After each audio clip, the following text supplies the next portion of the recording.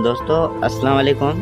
जै बाक़ी शायरियूं ठाहिणी हुजे, सुठियूं शायरियूं ठाहिणी हुजे त मुंहिंजे यूट्यूब चैनल ते अची नालो कमेंट करियो ऐं वीडियो खे पूरो ॾिसो, तव्हांखे सम्झ में अची वेंदी। त ज़ाहिद सिंधी जे नाले अॼु कयूं था शायरी। ज़ाहिद सिंधी चवे थो, मां ॼाणा तो तूं धारी आहीं, मूंखे सिंध जीअं तूं प्यारी आहीं।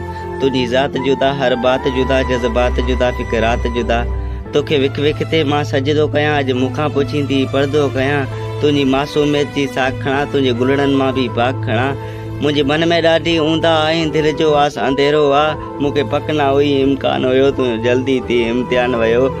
ज़ाहिद सिंधी जो हाणे चो काले छॾियो, मां सम्झां थो निकिरण बि छॾियो, ऐं सुबुह जो साॻे रस्ते तां गुज़रण बि छॾियो, मुरकण बि छॾियो। ज़ाहिद सिंधी चवे थो, ॾिस हाणे तोसां कीअं मिलां, किथे बीहां, किथे किथे ख़त तोहफ़ा गिफ्टूं तोखे कीअं ॾियां। ज़ाहिद सिंधी चवे थो, ईअं दिलि खे वहम फेरी विया, ॼण ॻोठ खे फ़ौजी घेरे विया। मूंखे नज़रनि जो आहे कर्फ़्यू लॻल, हर राह रुकियल, घर घेर ॾिठल। तुंहिंजो घर बि ॾिठल, रस्तो बि ॾिठल, पर ज़ालिम कातिल लस्मन जा हर पासे आहे नांग ॾिठल। उन लाइ नथो तोॾां काले अचां, ईंदे वेंदे वापसि थियां। दिलि में थोरो वीचार कयां, मां तोखां हिकिड़ी ॻाल्हि पुछां, जो हाणे तो नथी कॉलेज वञी, छो सस्तियुनि खां दूर रही। तिन सां मिलण, तिन सां खिलण, थोरो हल, थोरो मूंसां हल, बस थोरो मूंसां हल, त मुंहिंजी राह जी राह तां थोरो हल।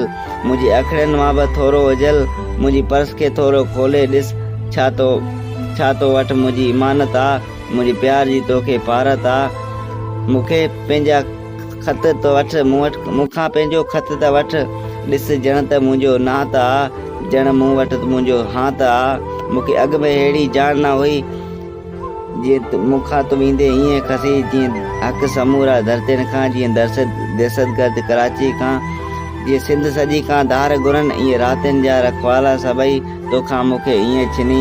हिन प्यार जे दुश्मन दुनिया में सभु आदिल थिया, इंसाफ़ न थियो, हिकु प्यार जो ॾोह बि माफ़ न थियो। ॿियो तोखे मूंखां धार कई, ॼण तारी मां कंहिं गुल छणियो, पर तोसां ॼण रिश्तो हो, सो रिश्तो टुटणो न हो। तूं मूंखां धार न हुई, पर मुंहिंजी मूंखां ईअं धार कई। मां ॼाणा तो तूं धारी आहीं, मूंखे सिंध जीअं तूं प्यारी आहीं।